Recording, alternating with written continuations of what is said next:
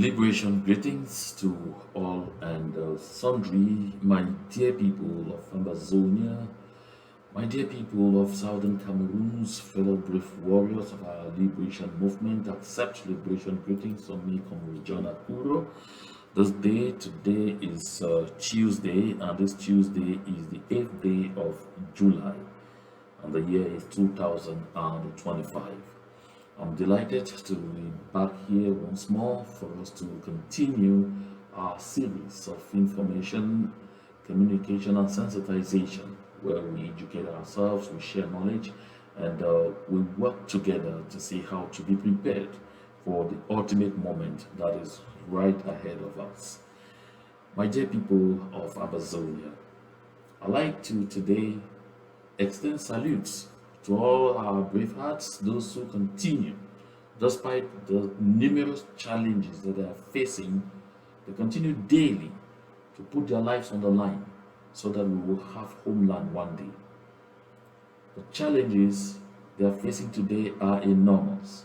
And the challenges our liberation movement is facing are enormous. Enormous because we have attained a level where some in our midst are thinking that a miracle will happen all by itself, that things will just by themselves fall in shape.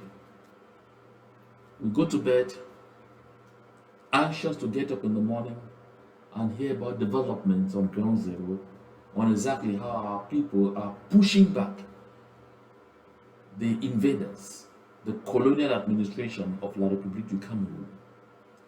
But we do little or nothing to ensure that that should happen. This is something that worries not just me, it worries a lot of us in this liberation movement. When you turn around and you look at our prisoners of war, our prisoners of conscience, how they continue to be very stoic in their resistance and show of resiliency. You turn around, you look at the civilian population, how despite the pressure being mounted on them by La République du Cameroon's apparatchiks in our midst and by the République du Cameroon's colonial administration, for them to clear the last vestiges of the civilian resistance, which is the ghost towns. We see how they continue to resist. You can only but admire them, but ask yourself questions. Are we like serious in the diaspora? Are we really taking the pulse of what this whole fight is all about? Are we understanding that what we are locked in is an existential fight? We need to ask ourselves these critical questions. Look at this. 2 days ago, that was on Sunday, which was the 6th of July. This began all Saturday. La République du Cameroon's marionette of a prime minister, that figurehead called John Gute, was in Bamenda. He was surrounded by all the who of the CPDM crime syndicate. Speaker after speaker spat fire. I remember one Sangobinatan, or should I better call him Ngaput, called Ngala Gerald, who stood there and shouted, Cameroon will never be separated, it will be one and indivisible, and all of that crap. And John Gute himself getting up to the rostrum to say all efforts must be put in place to kill the ghost towns because it's affecting the economy of the southern Cameroons, thereby dealing a serious blow to the economy of La République du Cameroun. Despite all of that, the very next day, that was yesterday, Monday, the people shut down their businesses, shut down all their activities, and stayed home. This is a show of resiliency. This is a show of commitment. This is a demonstration of the fact that the people on ground zero have a clear view what this fight is all about, that is existential. Our people on ground zero have ironclad determination, just like our prisoners of war. You see, by day and by night, people like Abdul Karim, Comrade Abdul Karim was recently slammed a life jail, continues to talk courageously and demonstrate his militancy even in those ugly circumstances. The same thing you will see from Sisiku Julius, Ayuk Tabe, Baltasar Wilfred. The same thing you will see from Comrade Awasum. The same thing you will see from Eyambe, from all of them. The same thing you see from Mancho Bibixi, from Penterens. All of them. They are continuing to stand firm. But us in the diaspora, we appear to be thinking that something, some spark will just happen from somewhere. We have to get up from slumber. We are just a few weeks away from La République du Cameroon's Armageddon. This is a moment we are all expected. Don't mind all that apparent show of strength that members of the CPDM crime syndicate. They know that their establishment is soon to fly into pieces like a pack of cats under the flick of a child. This is the truth. They know. But they are putting their all, they are working overnight. What are we doing? We are still playing the blame game. We are still looking at, oh, leadership has to come together and all of those things. Ignore this. I've told you before that we are up against a system that has been thriving permanently on divide and rule. That's what you're going to be seeing right ahead in this broadcast today. You will see that divide and rule has not been used only on us. Even now among them, they are still intensifying it, despite the clear demonstration of what dangers this will possess to them, or this will present to them in a few days only. My people of Ambazonia, we have to wake up from slumber, especially us in the diaspora. We have to wake up again. That mantra of all for one and one for all should not represent mere slogan. We should get out of sloganeering and begin to do what we have to do. I've said this before and I'm reiterating it. The time is right now for everybody to know that if there's anything I should ever do for this liberation movement, this is the time. Don't sit in the backyard or in the background and be crying. Oh, some people have done this and been letting yourself get swallowed by the blame game. Do something. Take this. People believe in you only when you are winning. So you need to believe in yourself when you are losing. People believe in you only when you are winning. So you need to believe in yourself when you are losing. This is a very important mantra. This is something that we should inculcate in ourselves very seriously. Oh yes. Because right now, if you get up in the morning, you hear that, oh, they have done this, they have done that, they have swept that, people jump, woo, I'm part of this. But right now, we are wondering, we are doubting, are we really going to make it? Is there really still something going on? Is it really still this? Oh no, hell no. We have to believe in ourselves. And then we will attract those who are on the sidelines somewhere, somehow, who are our friends, who are willing to rush to our rescue.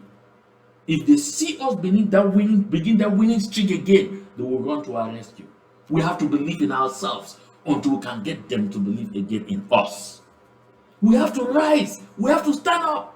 Someone asked me, Mr. Akuro, are you taking note of the fact that despite all your efforts, some people still come, they keep insulting you, they keep telling you this, they don't care, or you call for contributions? Do you really get something coming in? Or you talk sometimes, do you see your numbers? Are they growing or they are falling? I mean, the viewership, or are people really sharing? Are people really taking note? And all of those things. And the only thing I did was go back to this. People believe in you only when you are winning. So you need to believe in yourself. That is even when you think, or even when they think that you are losing. I don't think we are losing. I don't think I'm losing. But because some appear to think so, I've said I believe in myself. That is why I keep going. That's why you see I keep coming here. That's why I'm not giving up. That's why I'm not surrendering. That's why I'm not letting anything coming between me and my passion to continue to fight for this liberation movement, for what I believe in. So, my people, let us be strong. Take note. Life is not about waiting for the storm to pass. It is about learning to dance in the rain. Life is not about waiting for the storm to pass. It is about learning to dance in the rain. We are facing the storm right now. Don't wait for it to pass until you get to some safe moment where you can jump in again and do what you ought to do. Learn to dance in the rain. We have to keep the flame of this liberation movement burning. We have to. If we ever think, dream, that we want to get back that place where we call homeland, where no one will ever tell us that we don't belong, we have to do something. We have to learn how to dance in the rain. We must not sit and wait for the storm to pass. That said, my people, let us delve into the substance of our conversation today. I said repeatedly that La République du Cameroun's Armageddon is close, very close, much closer than anybody had imagined. I haven't said before that I doubt that there will be elections in La République du Cameroun this 2025. I said so several times. It's that I doubt. I don't doubt just because I feel I just sit and begin doubting. There is a lot of evidence on the ground that gives me to understand the various actors involved know what storm will begin with these so-called elections. Maybe some of them have been thinking already something has to be done to push these elections ahead because they are seeing that the fireworks are likely inevitable. This is René Emmanuel Sadi.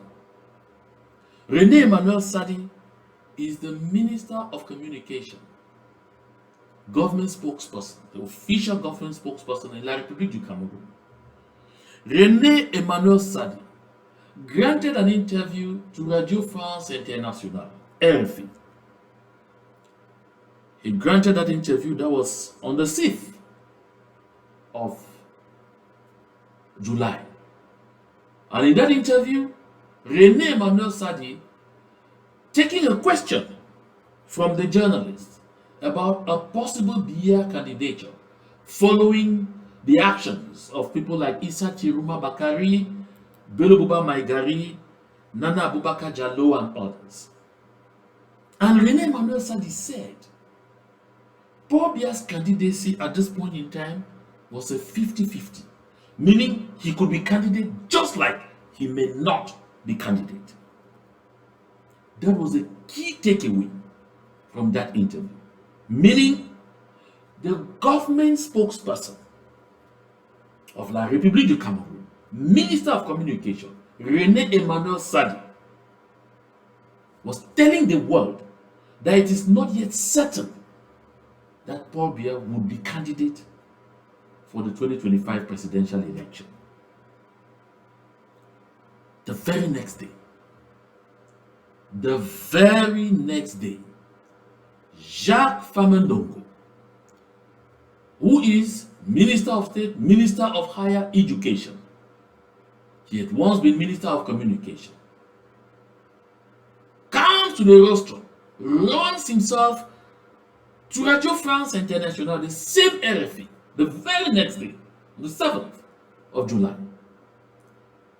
And he issues a press release following that and says in his capacity as the secretary in charge of communication at the ruling CPDM party, effectively overriding the Minister of Communication, as to say that the Minister of Communication has business to do with government, no business with the political party to which Paul Biya belongs and is president of.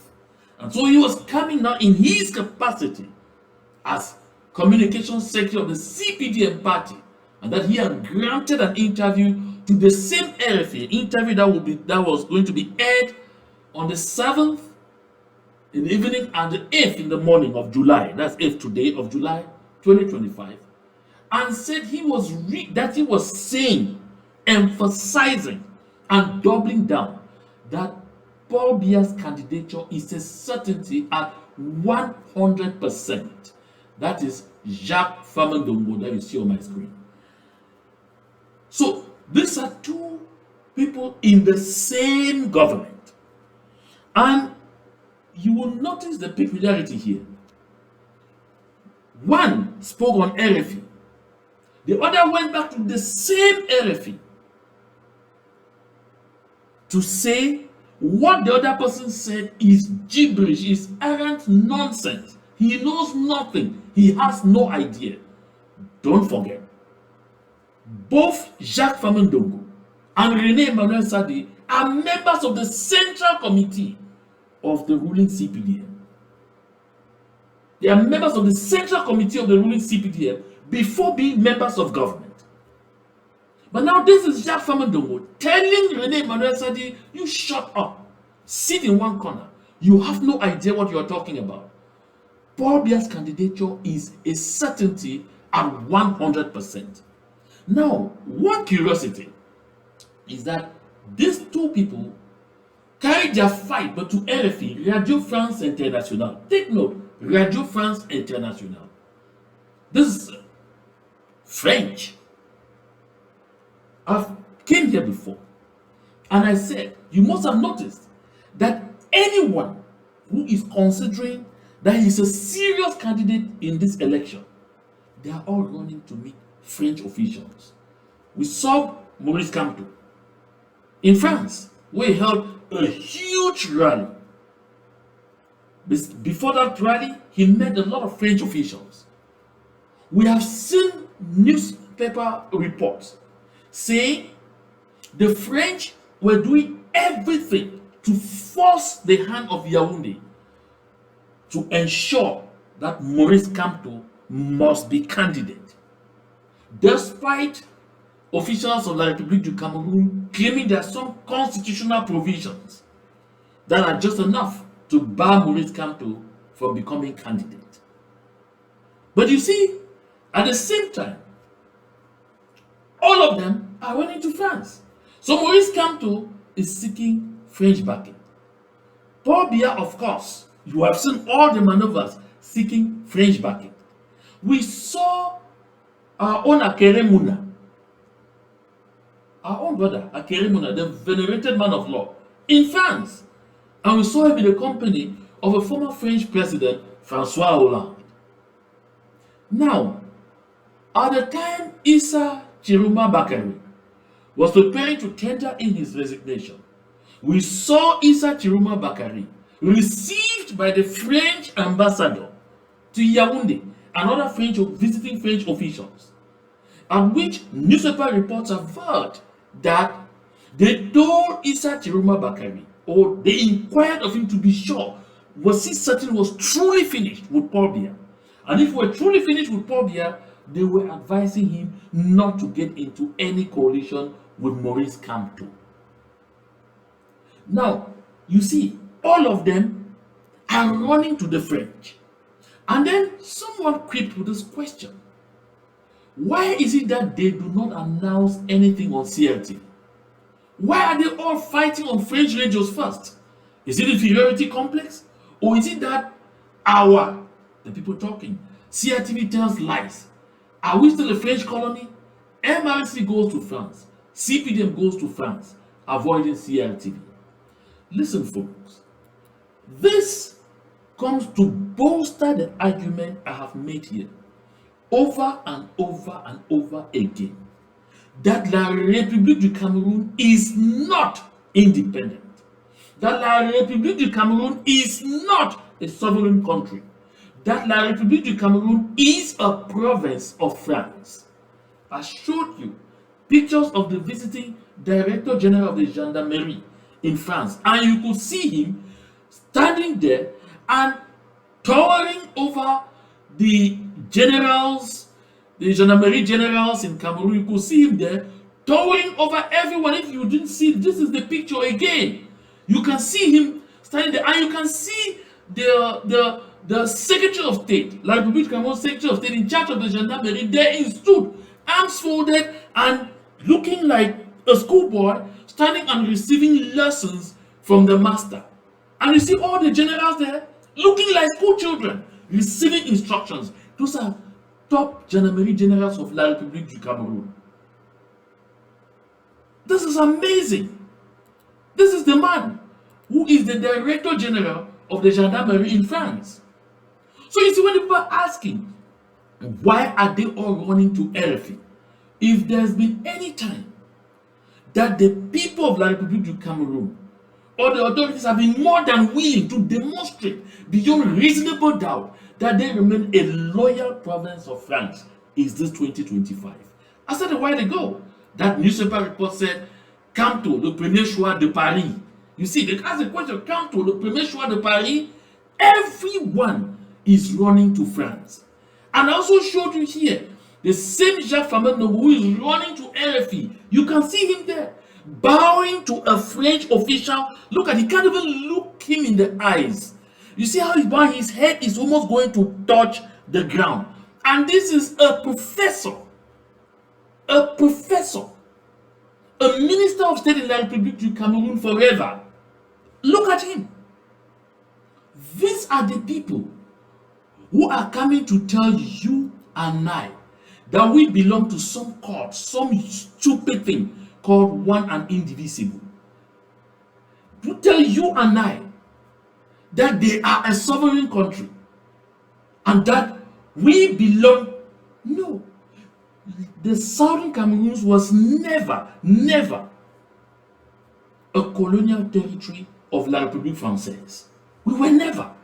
We had no business with France.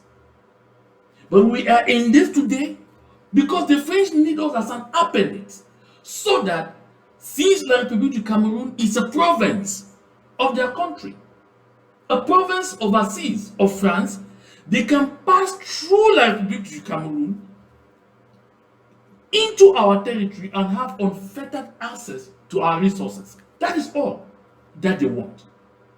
So don't be surprised that they don't pay any attention to CLTV. Can you recall the last time that Paul Biya, the president of La République du Cameroun, sat to a one-on-one interview on CLTV? Because the last time that ever happened, that I can recall, was when Paul Biya had an interview with Eric Chinji. An interview during which, because Eric Chinji asked him some pertinent questions, some daring questions, he told him it will only require a shake of my head, un coup de tête, pour que vous ne soyez plus rédacteur en chef, and you no longer be editor in chief. 48 hours after it came to pass. That was the last time ever. So everything inside that they do, everything is meant to please France. And that is why I say, and I reiterate, the French are too involved in 2025 because they are seeing for themselves that the way things are going, La République du Cameroun risks getting on the other side.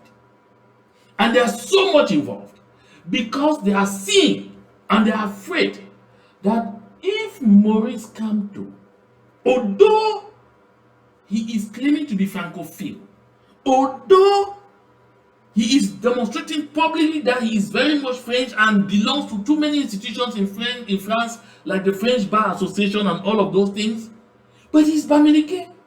And they have the feeling that the Bamilikes are just like the Igbos in Nigeria. They are rich, they have a serious grasp on the economy, they are voracious too for business opportunities, and so a presidency of the Bamilikes could threaten the hegemony of the French and the grip of French companies on key economic sectors in La République du Cameroun. And they don't want to risk that.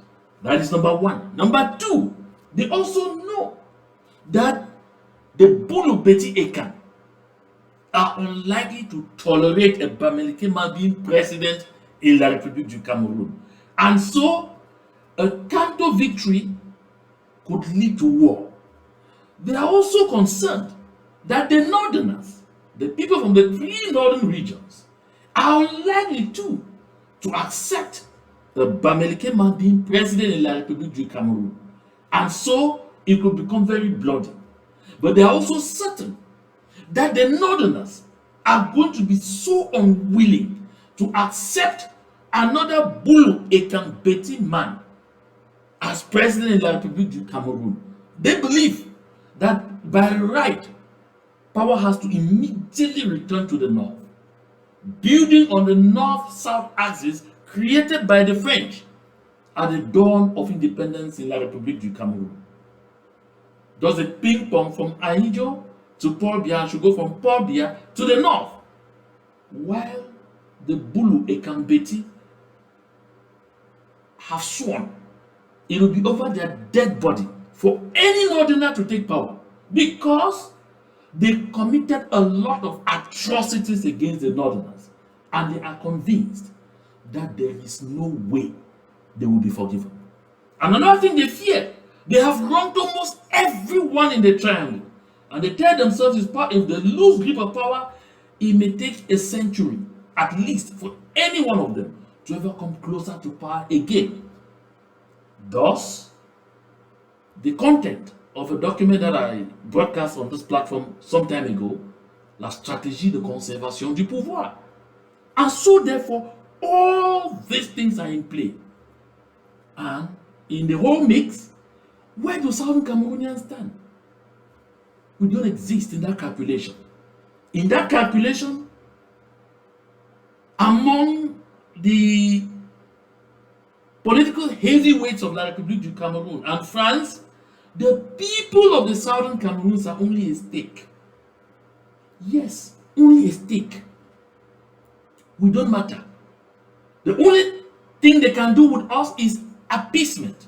Look for some power-hungry demagogues like either John Gute or my brother now too, Keremuna, or anyone, and say, come, you either be vice president, we'll create vice presidency after the elections, or something of the sort. But most importantly, the French apparently have been holding meetings. They have been holding meetings, serious meetings, and are even considering a scenario whereby they simply find a way to postpone the elections meant for the 5th of October in La République du Cameroon.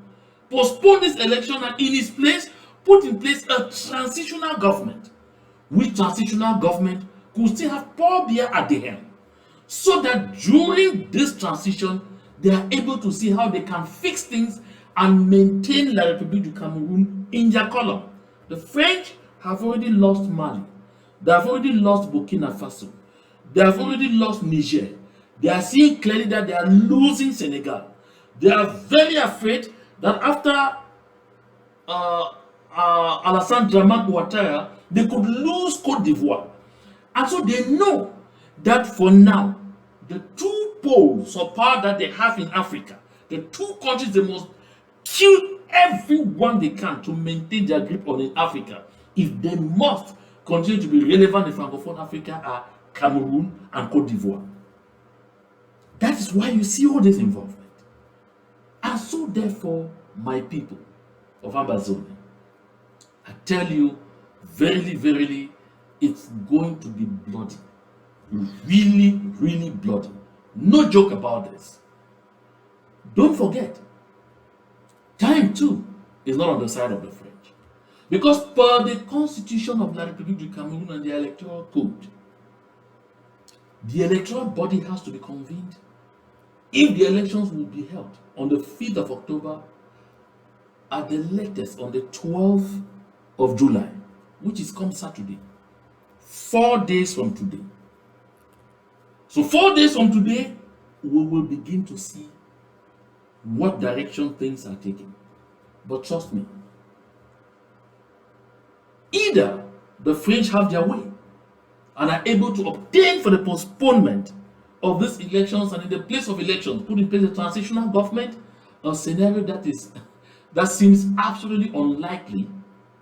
Because right now, everyone knows in that triangle that Paul Biya is vegetable and they're not pretending anymore. I heard even Dieudonné Essoba say it on Vision 4 or Television 1000 collines that Paul Biya is inexistent. Paul Biya is inexistent, and I could see Philippe Bonny scream at him, "Don't say such a thing, don't." But he said it was the truth. Paul Biya is inexistent, and everyone is aware of this. So talking about transitional government, that means allowing again to persist what Issa Chiroma Bakary described as governing by proxy. That's gouvernement par procuration. Governing by proxy. And now we are seeing a situation where excessive activism by some in the very uncoordinated government of Mr. Paul Biya can light the spark much faster than we are expecting. And this is why I keep calling on the people of the southern Cameroon, the people of Ambazonia, to stand ready. Make haste while the sun shines. I've repeated here over and over that success is when opportunity meets preparation. If opportunity arrives, absence preparation, the next thing that's going to happen is failure. It's disaster. We will be at the same spot. Like people in Cameroon go and do their 6, 8 to 12 months of war, come back, meet us at the same spot, and pick up from where they left. And at that time, we may not have the chance that we are having now. This is why I continue to launch a clarion call on each and every one of us to stand up to do the needful. My people of Ambazonia, we have to stand up and do the needful. And we have to stand up very quickly, very quickly, very quickly before we begin to regret that a great opportunity came and we let it pass us by. Let's relax a bit. To battle with warriors. I came with great men. I came with champions. I came with men who are saviors, protectors of their clan. I came with great and real men. What I see here are weaklings, banana stems. What is it? You're tired? You wish to go home? Go home to your wives and children who are eagerly waiting to hear the good news that we won this war, and tell them, like weaklings, we lost the war. No! No. Because I am the leader of this war, I say this war is not over until we win. Absolutely. This war shall never be over until we win. That is the only way it gets over. We win. We don't have a choice. That is the hard way. And that is the only way left for us. You're welcome back, folks. Now, Atanga Ponji, the very same Atanga Ponji, could really end up being that one that helps strike the match so that a country which has been a powder magazine for several years gets into the expected flames. Look at this. Atanga Ponji, as usual, the activist, the one who wants everyone to imagine that he's even the one who is in charge more than every other person, who is dancing the rope dance so well that I believe Paul Biya must continue to see that he is active, he is doing all that needs to be done. He is shaking the tree, he is threatening everybody, has got up now and sent out a communique and is calling for an urgent investigation and possible arrest of Abubakar Usman Bey. We all know Abubakar Usman Bey Abubakar Usman May is that guy from the far north of La République du Cameroon, who is senior brother to Alamin Usman May, the current Minister of the Economy, Planning and Regional Development in La République du Cameroon, was formerly Minister of Finance, who has said repeatedly that the North is ready, that the Northerners are ready, and they will fight and they will go all the way to the end. Who has said without mincing words that he is calling on the family of Mr. Paul Biya to help him, to help Paul Biya by making sure he proceeds on a well-deserved retirement and in peace. Otherwise, he will be disgraced out of power. Abubakar Usman May made abundantly clear, and this is not the first time, that they in the north, they are ready. And he said all the options were on the table. He said they will meet fire with fire. And he said it is getting to time when they will activate the reactors. They will activate the reactor. He says it with such calm and assurance, like daring anyone in La République du Cameroon to touch him.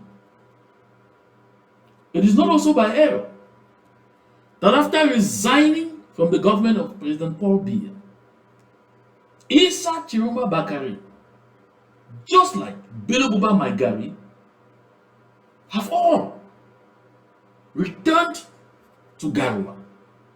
In fact, to the northern regions, where they have taken their headquarters. Sources very close to security operatives in Garoua and Mali have led me to understand that they are unlikely to go back down south anytime soon. A lot of their meetings, rallies, and everything are likely to end only within the north, the far north, and the Adamawa, where they consider they are safely protected by their people, and that any attempts to arrest any of them will lead to what no one will entertain. You recall, Issa Chiroma Bakari also said a few days ago that he was daring anyone to come for him. He said it.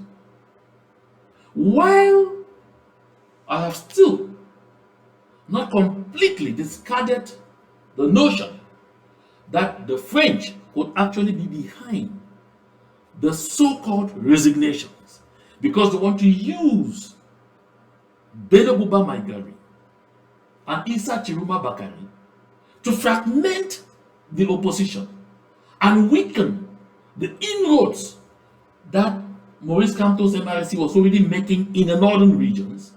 I've not discarded that just yet. But also note that it could well be that they are determined, because they have read the signs of the times, that the Biya era is over.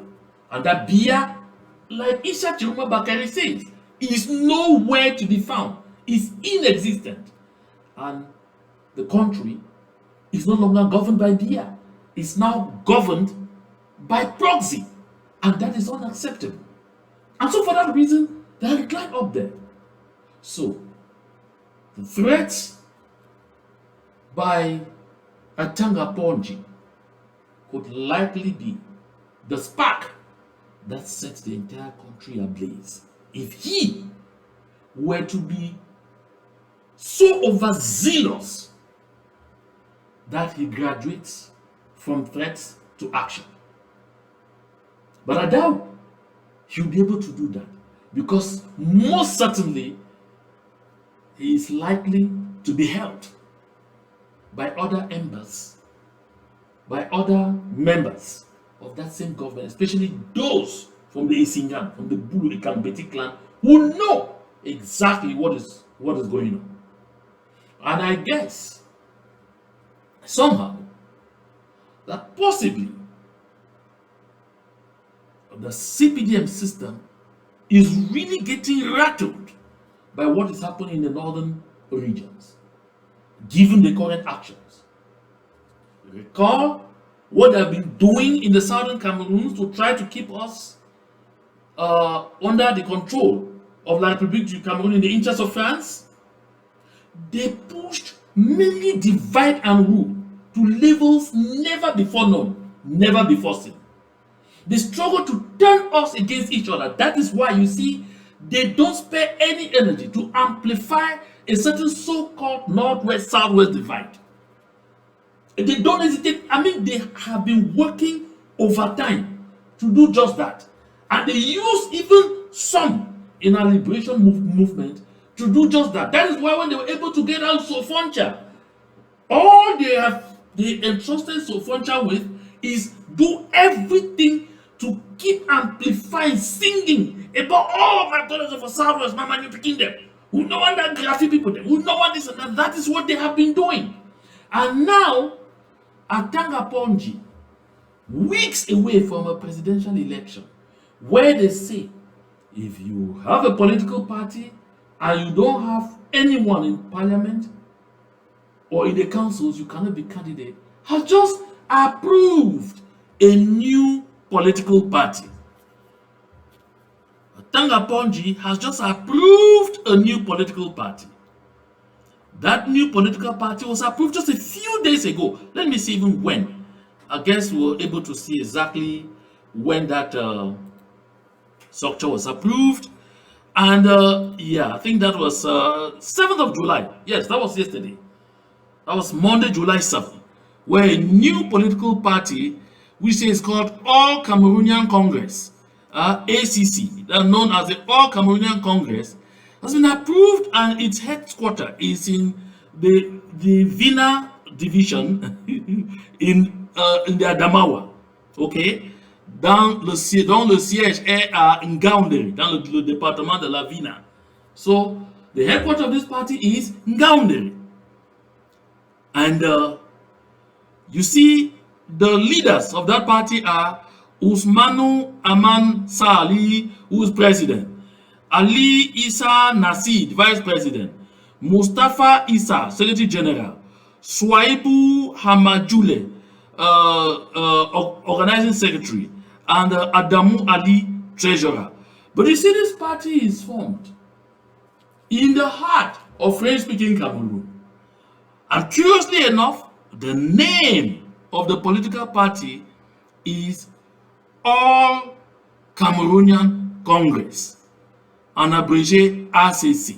So you understand that this is a creation of Atanga Ponji. This is created by Atanga Ponji for the very purpose of divide and rule. To see exactly how to create some kind of tension between the people of the northern regions, to use it as a wedge against Beloguba Magari and Issa Chiruma Bakari. This is exactly what they've been doing. This is exactly what they've been doing in the southern Cameroons. This is why they have bought people, created federalists, created unionists, created this and that and all whatnot, to try and see how to implode the movement from within. This is the same thing. So why Atanga Ponji is using the carrot approach and the stick, that is threatening Abubakar Usman May with arrest and prosecution and possible persecution, he is creating a political party that will come with a different narrative to contradict whatever the others say. And while he is doing that, Ferdinand Gongo is busy holding sessions with the so-called elite of the northern regions. Of course, you know the whole thing. That's how they had held 1,001 sessions with so-called parliamentarians, senators, mayors, and all whatnot of the southern Cameroons who don't represent anybody. They forget that just like in the southern Cameroons, this so-called elite have no connection with the base. But in our interest, let's watch and listen to the crisp voice of Ashrumienti, alias Paul Biya is the best thing that ever happened to their country. They are gathering one by one members of government, parliamentarians, and members of the elite who share a common bond. They are the political gladiators of Cameroon's north region. In recent days, the political landscape in Cameroon has been boiling amid the tumult of petty statements, hasty personal ambitions, and last-minute maneuvers. President Paul Biya remains calm, methodical, and unperturbed. With only a few days before elections are convened, while others are getting agitated, the head of state is refining his strategy, listening to what Cameroonians have to say, consulting broadly and mobilizing his seasoned campaign team. For him, a presidential election campaign is won through discipline, strategic silence, and loyalty to institutions, and not noise. This is the purpose of the consultative meeting held on Wednesday, July 2nd, 2025, at the Unity Palace, chaired by the Minister of State, Ferdinand Ngongo. As part of preparations for Paul Biya's campaign, the Secretary General of the Presidency is receiving high-ranking politicians from the North region for consultation to gauge the mood of the population. The population of the northern region are very confident. They are very confident and they are ready. They are ready. Of course, there are a lot of problems. In any country, there are some difficulties. They are aware of the difficulties and they know what to do. In this consultation, we send the state of mind of our population, and the Minister of State take note. We will have to send back the state of mind to the head of state, and we hope everything will be ready when the head of state will declare his candidacy, and the population of the northern region, as usual, will give his vote to His Excellency Mr. Paul Biya. The think tank also includes Minister Muhammadu Mustafa, Deputy Secretary General of the Presidency, and Philip Mbagambua, Minister for Special Duties. Each of the 10 regions will have its turn for these consultations aimed at preparing for the elections in a serene and united front. After over 1 hour of consultations, the North region's representatives say they are re-energized for the battle ahead, undaunted by the challenges. The tone is set, the die is cast. Paul Biya has thrown his hat into the ring. So, as you can see there, that's Ferdinand Ngongo is doing exactly what Issa Chiroma, Belububa Maigari, Abubakar Usman May, and all other opposition actors have been saying, that Paul Biya is ruling by proxy. Like you see, this is still the divide and rule strategy ongoing. You call the elite, you tell them, all of you should go to the base and say that, say that, say that. That is exactly what they have been doing. That's the only thing they know how to do. Ngongo doesn't end there. This is Ngongo. They say, as you can see there, les membres du gouvernement, sénateurs et députés des régions du Nord-Ouest et du Sud-Ouest seront reçus ce lundi 7 juillet par le ministre d'État, secrétaire général de la présidence de la République, Ferdinand Ngongo. So Ferdinand Ngongo, of course, that was yesterday, went ahead to receive the nincompoops, all of them that you see like this, to receive these bloodthirsty monsters, to receive these members of the CPDM crime syndicates, these demagogues who do not represent any single southern Cameroonians, who say they are self-imposed elite. So, of course, Ngongo is doing all of this, trying to position himself, claiming he is doing this on behalf of Paul Biya, but of course you know that this is not exactly what is happening. So what he's doing, he has simply supplanted the role of the CPDM party. He is not an official, really, within the CPDM party, and he has not officially been designated The campaign manager for President Paul Biya, he is not even the prime minister. That you say, okay, he's receiving this on behalf of the president. No, he's only the secretary general at the presidency of the republic. So therefore, it takes me to exactly what I've been talking about, that that country is in a powder magazine, because the power tussle will be unimaginable. And what I'm thinking, what I've been saying, has not also escaped the gaze of Jeune Afrique. Like what you see, Jeune Afrique says, présidentiel au Cameroun, Ngongo au manettes, Biya aux abonnés absents. Of course, Jeune Afrique, in his reporting, demonstrate beyond reasonable doubt that Ferdinand Ngongo has taken over power in La République du Cameroun covertly. And therefore, Ngongo is literally demonstrating beyond reasonable doubt that he is well positioned to take over from Biya in some kind of palace coup, and no one knows how it's going to happen. And did you expect everyone to just sit and watch with no one fighting back? You already heard Chiruma. You already heard Bello Buba Maigari. You already heard Abubakar Osman May. And now, within the same system, Jean Kwete has got up from his slumber. Jean Kwete is the Secretary General of the Central Committee of the CPDM party, meaning this is the person that is the key executive in the ruling CPDM party besides Paul Biya. That is the one who should be running the show. And he does not understand how Ngongo comes into the whole thing. That's how Jean Kwete, observing that the absence of Paul Biya, the disappearance of nonagenarian diaper-wearing Paul Biya, was creating a void which Ngongo was just too excited to step in.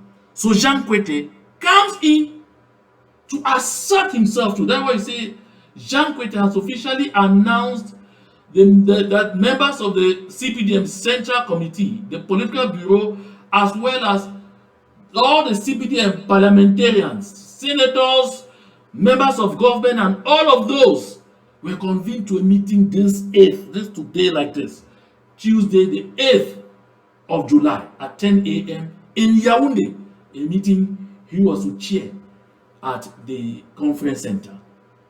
Now, this is not by error. It shows you the cacophony that is existing, and it shows you the power tussle that is ongoing within the Republic du Cameroon.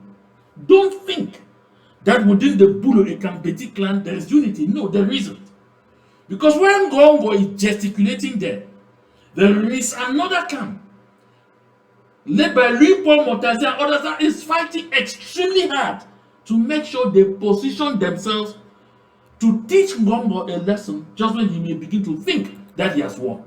So Jean Kwete actually signed this release that you find there to make sure that he will also override Ngongo that you are finding here.